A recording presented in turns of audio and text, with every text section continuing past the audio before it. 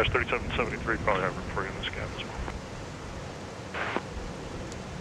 Sun Country 395, got a departure. Over departure, Sun Country 395, see you.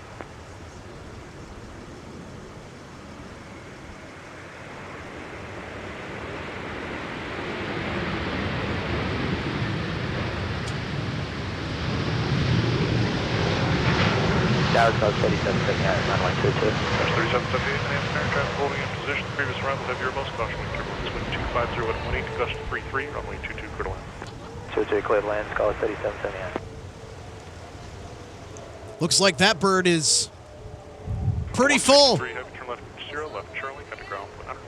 Left Sierra, left Charlie, and over to ground, Delta 1. Boy, did they really take advantage of runway 22's real estate. I'll tell you what, a long roll after touching down.